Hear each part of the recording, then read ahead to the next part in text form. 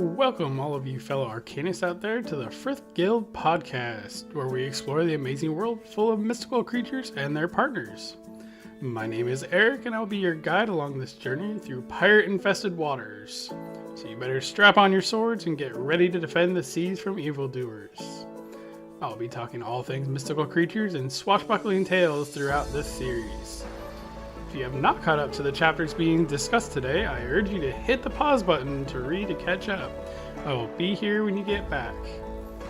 I'll be avoiding spoilers throughout the reading and encourage everyone to send me your thoughts and comments on the chapters and your favorite moments and creatures within. Alas, it is now time to set sail and begin our voyage across the seas. Welcome to episode 2 of the Frith Guild podcast. And in this episode, we're going to go over chapters 1 through 5 of Knightmare Arcanist, the first book in Jamie Stovall's Frith Chronicles series. I'm going to start with the chapter summaries, and here we go. In the first book of the Frith Guild Chronicles, Knightmare Arcanist, we are introduced to the main characters, Volke and Ilia, as they live on a tiny isle named the Isle of Ruma. The isle is a very quaint place as it only has one port and one village. Volke and Ilia, who are our main characters, are apprentices to Gravekeeper William, as he was the only one to take them in after unfortunate events occurred to both Volke and Ilia's individual parents. They arrived 10 years ago and now returning of age in these series, putting them at around 15 years old. Each of these individual chapters, starting with chapter 1. This is where we meet Volke, our unsuspecting hero, and Ilia, our unsuspecting heroine. We're given description of Volke as 6 foot tall with black hair, and he's one of the tallest people on the isle outside of Gravekeeper William. And this is showing that he is definitely an outsider compared to the rest of the residents of the Isle of Ruma, as most others are either blonde hair or red hair. And since he's the tallest at 6 feet, we can assume that most people are significantly shorter than that here.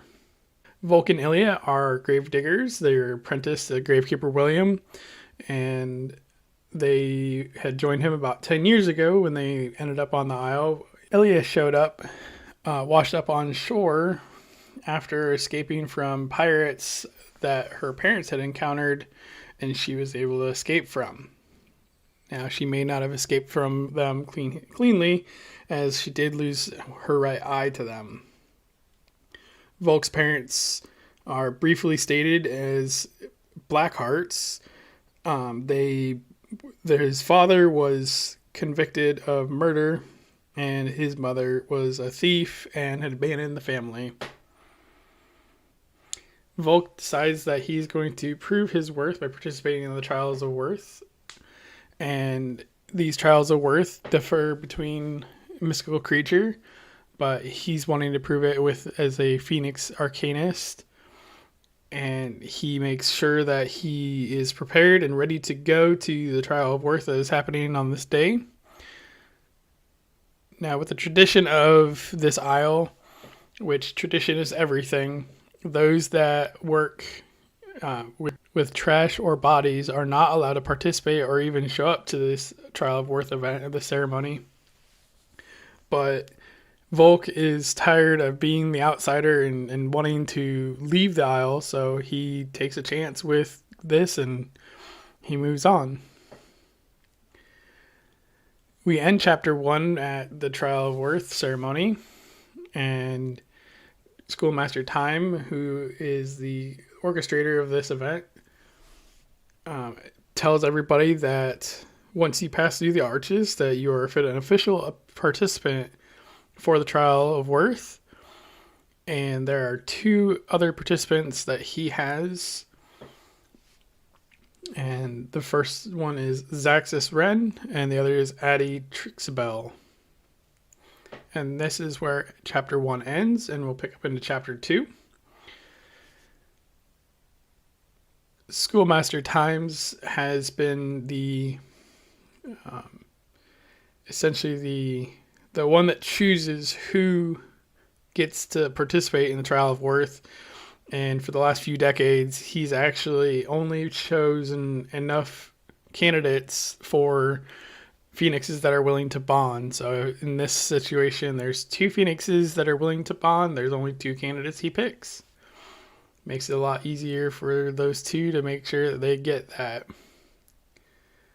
So with the Phoenix trial worth, they are required to walk up the pillar that's in the center of the town that stands about 120 feet up. And they're to walk up the steps of the hall, 112 steps, to retrieve a charberry fruit, which is the tree that produces the fruit at the very top of the pillar and actually attracts the phoenixes to this isle. And this is why this particular isle is known for phoenixes. So they're to retrieve a charberry fruit and bring it back down. And the phoenixes will choose which one they see is a better tasting looking one. And then the second part of it is a trial of knowledge, which again, Schoolmaster Times is the oversight of. So I just want to go over quickly the pillar itself, the 112 steps. It's about 120 feet tall, or for those that use a metric system across the pond or anywhere else outside of the United States. It's roughly 36.5 meters, and it's equivalent to a 12-story building. Now, I personally enjoy when I hear 120 feet or 12-story building. I have a hard time visualizing that, so I was looking up something similar. And the closest thing I could find was the average height of a Ferris wheel or a semi-truck with trailer.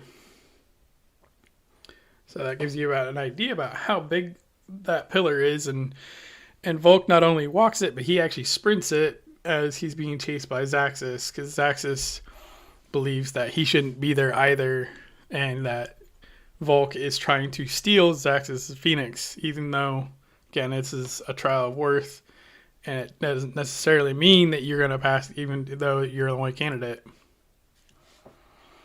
So Volk successfully makes it up the pillar, grabs his charberry fruit, and runs back down it, being chased after by Zaxxas. And Addie is actually just walking up it at her own pace, a very calm manner. This isn't a timed event, so it's not like it requires them to be the first ones back or the fastest up and back, or however. So she's taking her time as she should, and Volk gets to the bottom and cleans his fruit off with a cloth and some water, and places it on the desk that's positioned on the stage for the phoenixes. And Zaxxas was in such a hurry to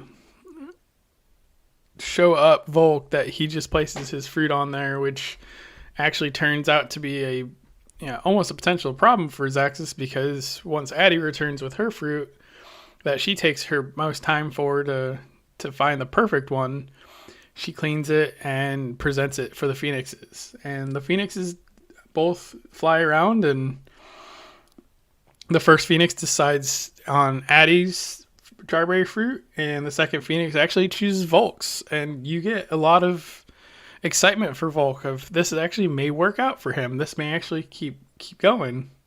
So then in chapter 3, Schoolmaster Times begins to do the knowledge portion, which is encompassing of anything that any history for the Isle, or any of the steps that on each step of the pillar there is a virtue that each Arcanist should have in order to be a good Arcanist. And again, there's 112 of these, so that takes some time to remember. Schoolmaster Times is very forthcoming when it comes to his dislike towards Volk. His first question to Volk was meant to throw him off and basically get him eliminated immediately. However, Volk studied and knows his information, so he was able to answer it properly. The other 2 got super easy questions. Who's the island named after? What Eldrin or the mystical creature that Gregory Ruma, who the isle is named after, what his Eldrin or mystical creature was, which is a Leviathan. And then it gets back to Volk, and the schoolmaster asks Volk, "Hey, do you tell me what number, what is on step number 33, I believe?"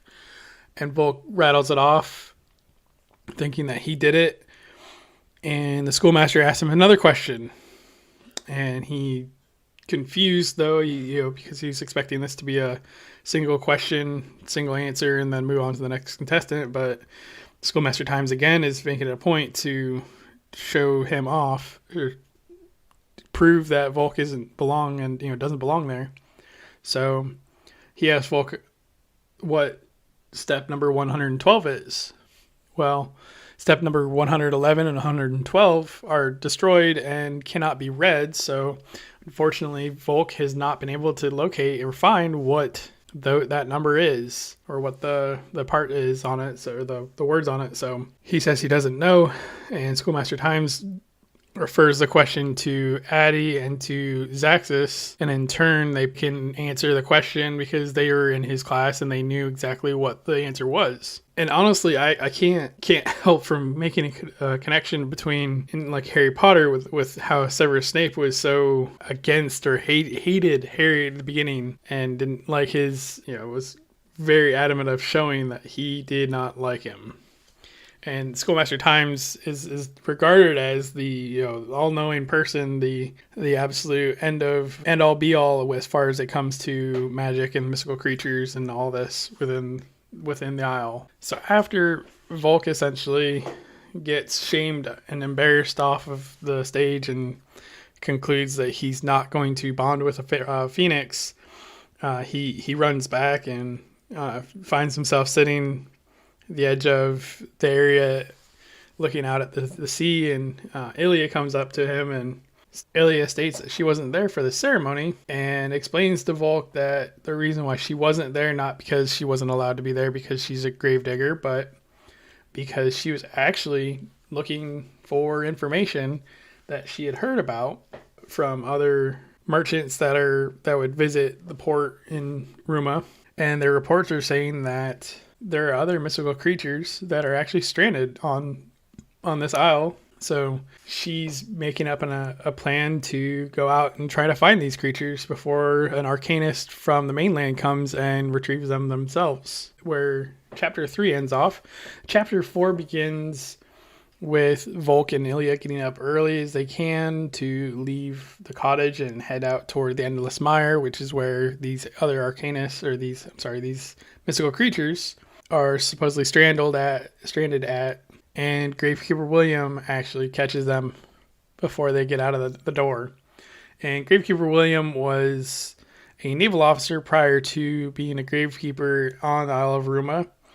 He is not an Arcanist, but has worked his life in an honorable manner, and he notices a lot that something's going on between Volk and Ilia, so he doesn't necessarily, let them just get off scotch-free before they get out of the house, and convinces them, hey, let's give it till the morning and we can talk about what else we can do to help you guys, so that you're not just running off into the nowhere without a plan, or you just staying here to be a gravedigger and eventually to be a gravekeeper for your entire life. He understands they have other things they want to do with their lives, things outside of this. And granted, he had other plans for being outside of a gravekeeper, but he understood this is where he belongs now, and this is what he does. So since he takes them in, he actually takes over the role of their father. And Gravekeeper William does a great job at this, as he doesn't force them to call him dad or anything like that. He just fills in that role, and he's truly trying to just look out for them and do the best by them and help them achieve what they want to achieve, and not just have them stuck.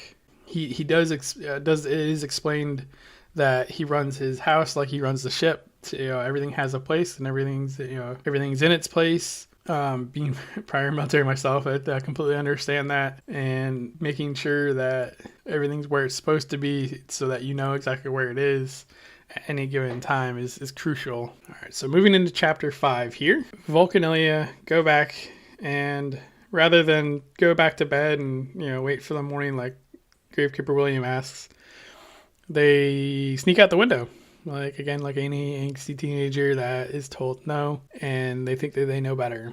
However, Volk had the foresight to at least be like, you know what, I think before I leave, I need to possibly grab something to defend myself in case I have to, and that'll prove to be a good decision later on. So as Volk and Ilia are leaving, they have to go through town, and they're trying to be quiet and sneaky, as they don't want anybody seeing them out before everybody else is awake, because people will think they're up to no good. They're almost through the town, and lo and behold, Lyle Wren, who is Zax's younger brother, finds them, and Lyle is obviously up to no good. He's doing some mischief and trying to take some wind out of his older brother's sails, since his older brother's unfortunately sounds like the favorite of the family, and he's the forgotten one. So he's going to be too old next time when it comes to the trial of worth, because it only takes place every 10 years, and mystical creatures aren't going to want to bond with somebody as that old. So Lyle is just kind of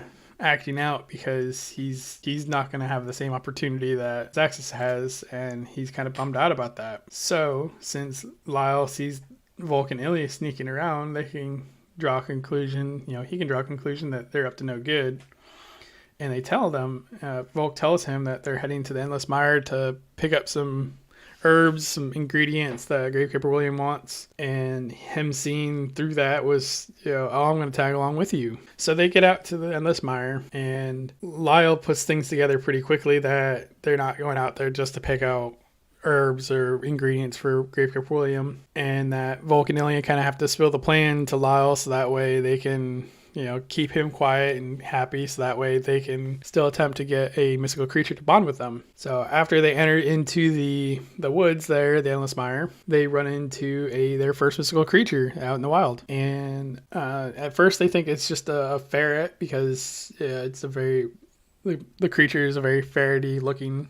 He introduces himself as a Rizzle, and each mystical creature's trial of worth is different. So he wants, instead of an offering like the fruit or the knowledge for the phoenixes, Rizzles would prefer a trial of worth that shows a person's wit. And ask the three of them, since it has to be a trial, and you can't have a trial without more than one person, or with less than one person. So Ilia explains her story about how she managed to get away from the pirates that captured her mom and dad, and but she wasn't able to escape before losing her right eye to one of the pirates. They actually cut it out of her, and she has scars, and she's very self-conscious about it. So that is one of those that we'll see throughout the series. And the Rizzle is very enthralled with the story and likes it a lot. And Volk finally says, well, when it's his turn, he says, well, and would you bond with somebody whose father was a murderer and mother was a thief? And the Rizzle says, probably not. No, I don't think so. And Volk does this for a couple of reasons, and I could definitely look at it and appreciate it, because Volk didn't want to take away Ilia's chance of bonding with a creature, even though he was the one that really wants to bond. He's also selfless in that respect, that he doesn't necessarily want to take it away from her, or he's not going to cut her throat to get this bonding. And that really shows to his character. And there's a lot of frustrating times with Volk later on, and again, I'm going to keep this spoiler free as far as outside of the chapters being discussed. Once we read the chapters, we'll definitely be able to dive a little bit deeper, and so. But for now, not gonna get too far into it. But yeah, Ilia is able to bond with the Rizzle, and his name is Nicklin. And these mystical creatures can talk for themselves. They have a voice. They can voice their own thoughts. They don't have a mental connection with somebody or anything like that. So it's fun that these creatures are able to communicate along with the Arcanist. So that's the end of our deep dive into chapters 1 through 5. We're going to move into our next section. It's called the Bestiary. I'm going to do this toward the end of the sections, each podcast, and basically just going to discuss some of the mystical creatures that we encounter during the section or these chapters, and kind of go over them briefly as far as maybe their trials of worth and some of the magic that they can produce as these mystical creatures are. So, and again, there's going to be some information that I'm going to give that won't make a whole lot of sense right now, but we'll learn more information about it later on. But we'd like to at least start this so that way it's incorporated either way. So we've only met 2 mystical creatures at this point in time. One of them are the phoenixes that we see the trial worth for the ceremony. And these phoenixes are described as heron in build with a tail of a peacock. They are gold and red. Their bodies are essentially made of fire. They are able to evoke and manipulate fire and can augment healing. Again, later on in a couple more episodes, we'll go over the evocation, manipulation, and augmentation abilities. But again, for now, and I'll bring these back up later with the phoenixes, that they're able to evoke and manipulate fire, but they can augment healing. So basically, they not only can they produce fire, but they can heal people as well. It's not as required with Phoenix Tears like in Harry Potter, but it's still a good ability of healing. They're actually fairly well known for their healing properties. And then next we have the second mystical creature that we're looking at, which is going to be the Rizzle. And Rizzles are described as ferret-looking creatures with silver stripes going down their bright white coat of fur. Rizzles can evoke white flames that particleize objects and send them scattered around. If anybody's seen the older Willy Wonka and the Chocolate Factory with Gene Wilder, and remember the scene with the boy talking about the TV and how the particles go through the air and then they get reassembled in the correct order again to produce a picture. Kind of same concept with Rizzles, except if used against objects, it's not going to get reassembled in the right order. Rizzles can manipulate gravity, and they're able to augment objects and people by teleporting them. I have to give a good shout out to the Frith Chronicles Wiki page. They help provide some information that I use today, especially with the different evocation, manipulation, augmentations. And then with the final section, I'm going to go over some of the pillar steps. And again, this is something I'm going to do as far as I can until we potentially run out of different steps from the pillar, as these pillar steps are going to be constantly reiterated and talked about throughout the whole series. We're going to start with what we know, and we're going to start with step 1, integrity. Without it, we cannot have trust. Step 2, passion. Without it, we grow complacent. In step 3, discipline. Without it, we are not masters of our destiny. I really do enjoy these steps, as they are not only just they're not only meant to be things to live by for Arcanists or for people that are going to be held to a higher standard, but honestly, with all the steps that I recall reading, it's just a good way to live life anyways. It's definitely gives you something to think about and to keep a value and look towards, for the future. So, all right. And that's going to conclude this section of episode 2. I want to say thank you for listening. You can find me on in order to listen to podcasts, other podcasts. You can find me on Podbean, Google Podcasts, Amazon Music, Audible, TuneIn, and Alexa, iHeartRadio, and my Facebook page. And that Facebook page is Frith Guild Podcast. I'll leave all the links to all of these in the show notes at the bottom of today's description. And again, I want to give you a special thanks to the Frith Chronicles Wiki with the information, and I'm actually going to be using them quite often for some of this information. So if you have any questions or comments, please feel free to ask, and I'll include my email address at the bottom as well. But it is going to be frithguildpod@gmail.com. And please review and comment and let me know how I'm doing, if there's something I could be doing better for you guys. If you guys or liking the stream, and please share it to anybody that you can. I know that these books were not the at the top of the bestsellers list. I love them, I really do, and I tell them to everybody that I could possibly find that enjoys fantasy series like this. So, yeah, thank you, and we'll see you guys next episode.